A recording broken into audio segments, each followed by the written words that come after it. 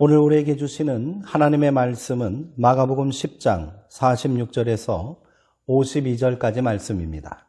신약성경 72쪽에 있습니다.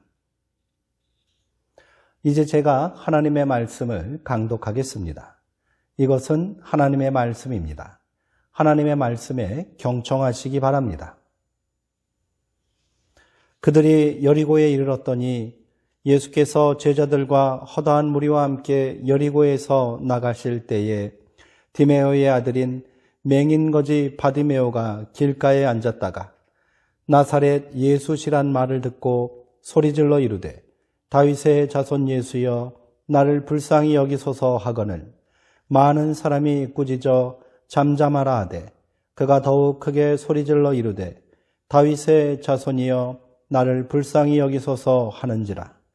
예수께서 머물러 서서 그를 부르라 하시니 그들이 그 맹인을 부르며 이르되 안심하고 일어나라 그가 너를 부르신다 하매 맹인이 겉옷을 내버리고 뛰어 일어나 예수께 나아오거늘 예수께서 말씀하여 이르시되 내가 무엇을 하여 주기를 원하느냐. 맹인이 이르되 선생님이여 보기를 원하나이다. 예수께서 이르시되 가라 내 믿음이 너를 구원하였느니라 하시니 그가 곧 보게 되어 예수를 길에서 따르니라. 아멘. 맹인거지 바디메오라는 제목으로 하나님의 말씀을 함께 나누겠습니다. 문화와 인종을 초월하여 3이라는 숫자는 특별한 의미를 가지고 있습니다. 우리가 흔히 쓰는 말 중에 삼세판이라는 말이 있지요. 확실하게 결판을 내자는 뜻입니다. 만세를 불러도 삼창을 해야 하고요. 권력도 삼권으로 분리되어 있고 재판도 삼신제로 운영됩니다. 3이라는 숫자는 이렇게 일치와 결단, 완성의 의미를 담고 있습니다. 기독교에서도 숫자 3은 특별한 의미가 담겨 있습니다. 하나님을 이해하는 방법도 삼위일체라는 용어를 사용하지 않습니까? 예수님도 십자가 죽음을 앞두고 3번 기도하셨고요. 3일 후에 부활하셨습니다. 이외에도 3이라는 숫자에 특별한 의미를 부여한 성경 구절은 무수히 많습니다. 예수님께서 공생의 마지막 사명을 감당하시기 위해 예루살렘으로 향했던 긴 여행길을 이해하는데도 3이라는 숫자는 중요한 역할을 하고 있습니다. 이 여행기에서 가장 중심이 되는 메시지는 예수님께서 제자들에게 하신 3번의 순환 예고에 관한 것입니다.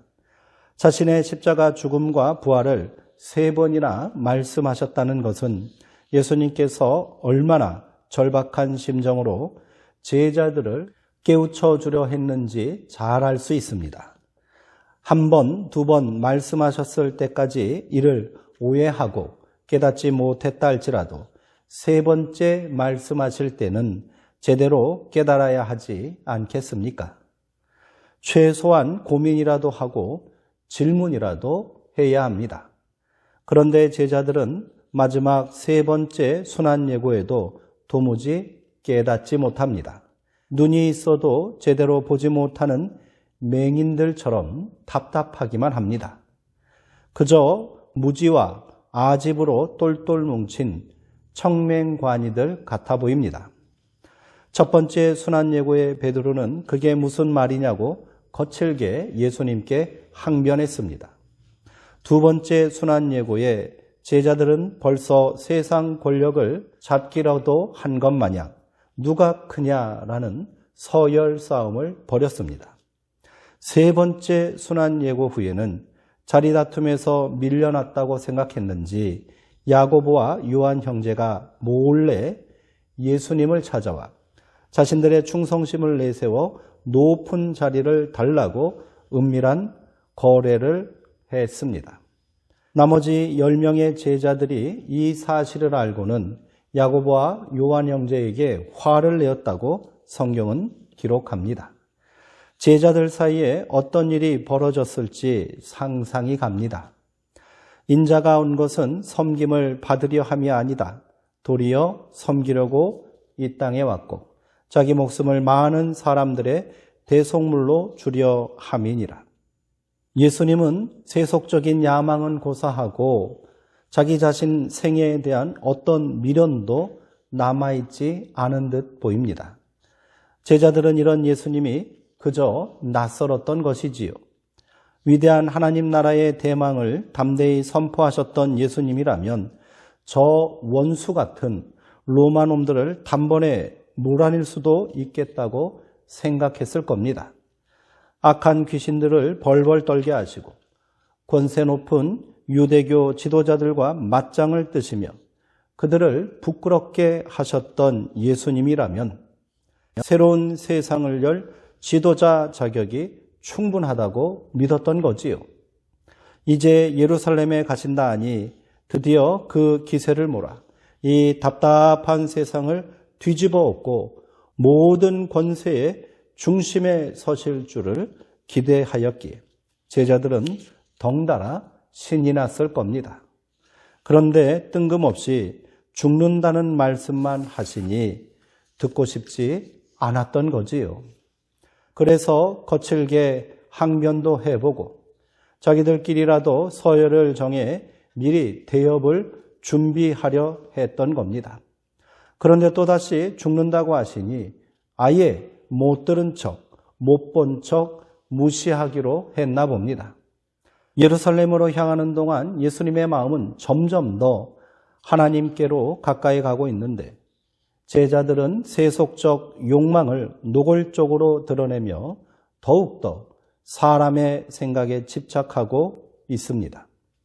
그런 의미에서 제자들은 모두 실패자입니다. 자신들이 자랑했던 것처럼 모든 것을 버리고 제자라는 이름으로 3년간 예수님을 따라다녔던 삶의 전부를 스스로 부정하고 만 꼴입니다. 예수님의 가르침이 부족했기 때문일까요? 제자들을 향한 애정과 열정이 모자랐던 것일까요? 그렇지 않습니다. 끝까지 인내하시고 용납하셨기에 예수님은 진심을 담아 자기가 감당할 십자가 죽음과 부활에 대하여 3번이나 말씀하셨던 겁니다. 그런데 왜 제자들은 깨닫지 못한 것일까요? 인간의 욕망과 성공을 향한 집착이 그만큼 크고 무섭기 때문인 겁니다. 믿음은 결단을 요구합니다. 예수를 따르느냐, 세상을 따르느냐의 문제이지요. 십자가의 고난이 끝이 아님을, 그 길이 고통과 죽음만이 아님을 영원한 생명과 승리의 부활로 증명해 주신 겁니다. 십자가 고난이 없이는 부활의 영광도 없습니다. 우리가 최종적으로 도달해야 할 믿음의 길은 바로 부활의 영광, 영원한 생명의 승리 아니겠습니까? 이를 위해 우리는 그 길이 비록 고난의 길인 줄 알면서도 세상이 아닌 예수의 길을 따라가야 하겠습니다. 3번째 순환예고 후에 드디어 예수님과 제자들은 여리고에 도착했습니다. 여리고는 예루살렘으로 올라가는 마지막 관문입니다. 이제 저 멀리 예루살렘 성이 보였겠지요. 예루살렘 여행길은 이 마지막 관문에서 의미 있는 사건 하나를 전하고 있습니다. 그 최종적인 사건이 오늘 우리가 읽은 바디메오의 이야기입니다.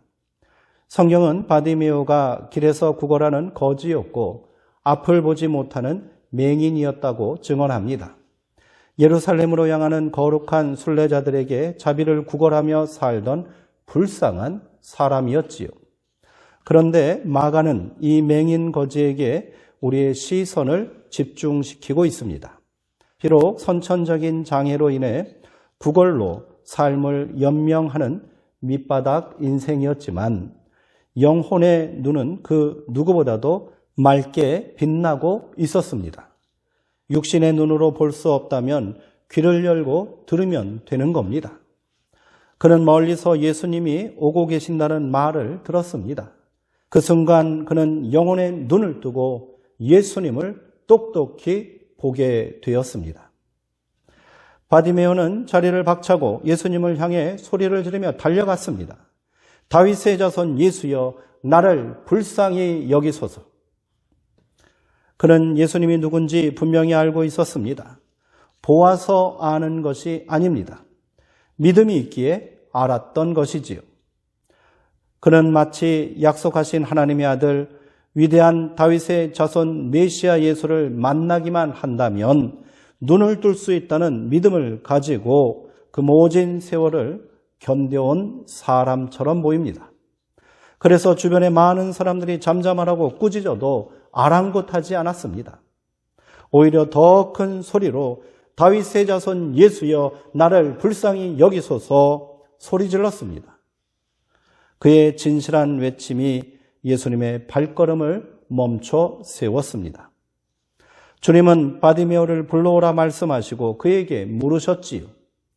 내가 너에게 무엇을 해주기를 원하느냐? 바디메오는 주저없이 말했습니다. 선생님, 내가 보기를 원합니다. 믿음이 없이는 불가능한 고백입니다. 예수님은 그의 믿음에 기꺼이 응답해 주셨습니다. 가라, 내 믿음이 너를 구원하였느니라. 아멘. 바디메오는 그 자리에서 눈을 뜨고 볼 수 있게 되었습니다. 믿음을 통해 기적이 일어난 겁니다. 그러나 성경은 그가 볼 수 있게 되었다는 것보다 더 큰 일이 일어났음을 증거하고 있습니다. 마가복음 10장 52절 끝부분에 그가 곧 보게 되어 예수를 길에서 따르니라 라는 증언이 그것입니다.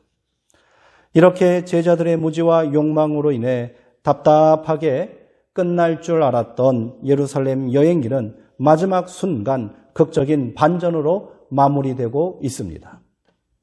제자들 중 아무도 믿음의 눈을 뜨지 못했는데 여리고에서 우연히 만난 거지 맹인 바디메오는 눈을 뜨고 예수의 길에 동참하게 된 것입니다. 그렇게 바디메오는 여리고에서 예수님의 마지막 제자가 되는 영광을 차지하게 되었습니다. 구걸하던 거지요, 불쌍한 맹인이었던 한 사람으로 인해 새로운 희망의 길이 열리게 된 겁니다.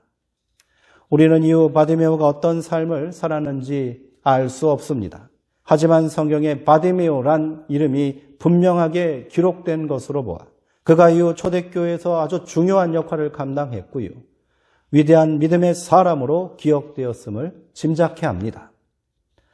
예루살렘 여행기의 가장 중요한 메시지는 눈먼 장님과도 같은 제자들과 대비되는 바디메오의 믿음입니다. 마가는 이를 통해 분명한 메시지를 우리에게 전하고 있습니다. 그대들이여 믿음의 눈을 뜨라라고 말입니다.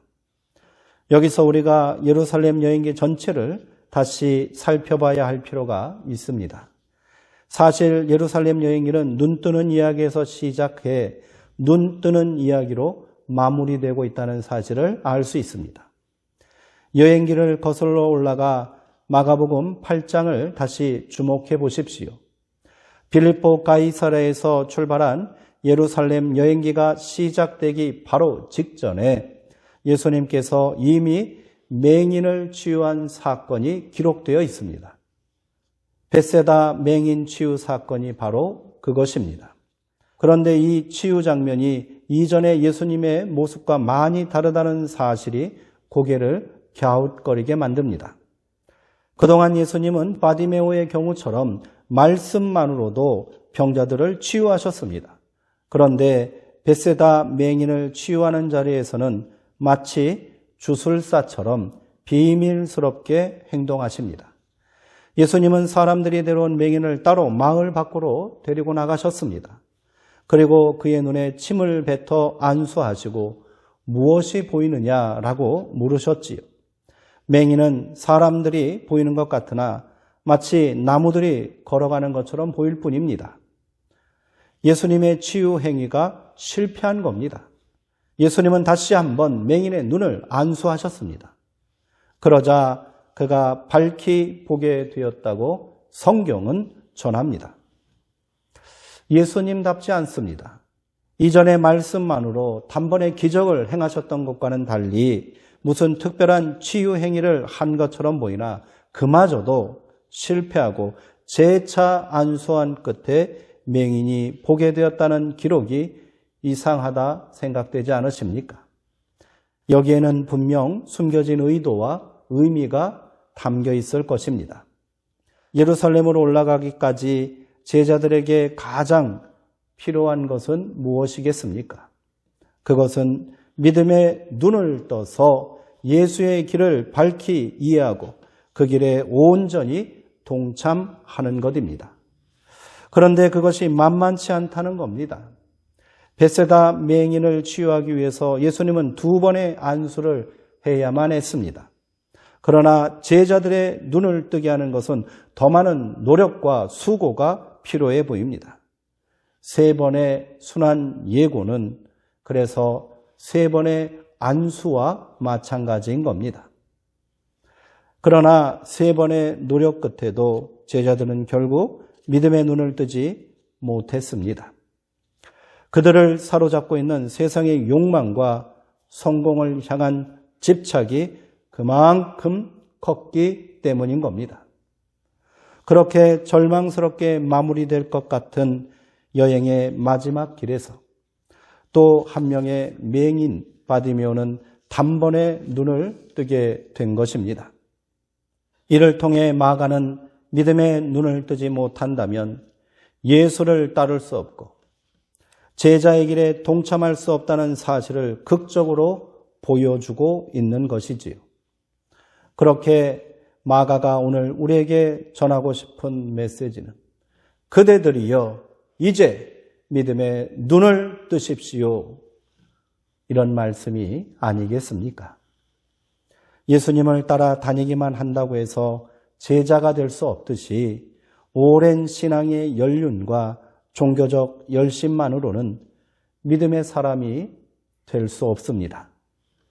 믿음은 오직 예수를 따르는 결단과 절대적인 순종이 뒤따라야만 하는 겁니다. 우리의 마음과 시선은 예수님에게 집중되어야 합니다. 믿음의 눈을 떠서 나의 부끄러운 모습을 정직하게 바라볼 수 있어야 합니다. 여전히 결단하지 못하고 세상을 향한 욕망에 사로잡혀 살고 있는 이기적인 나를 참회해야 합니다. 바디메오처럼 주여 나를 불쌍히 여기소서 소리내어 부르짖어야 합니다. 이 간절한 눈뜸의 열망이 있을 때 우리는 비로소 믿음의 눈을 뜨고 제자의 길에 동참할 수 있을 것입니다. 예수님은 눈뜨기를 원하는 바디메오에게 너의 믿음이 너를 구원하였다고 축복해 주셨습니다. 믿음의 응답은 기적보다 더 큰 구원의 선언에 있는 것입니다. 그렇게 우리도 믿음의 눈을 떠 구원의 주인공 되기를 소망합니다. 그러나 이것이 끝이 아니라 새로운 시작임을 또한 기억해야 할 것입니다. 바디메오는 눈을 뜨게 되자 곧바로 길에서 예수를 따르는 제자가 되었습니다. 믿음은 우리에게 계속해서 예수의 길을 따르도록 요청합니다. 이 믿음을 위해 우리는 한 가지 결단을 해야 할 것입니다. 그것은 버리는 것입니다.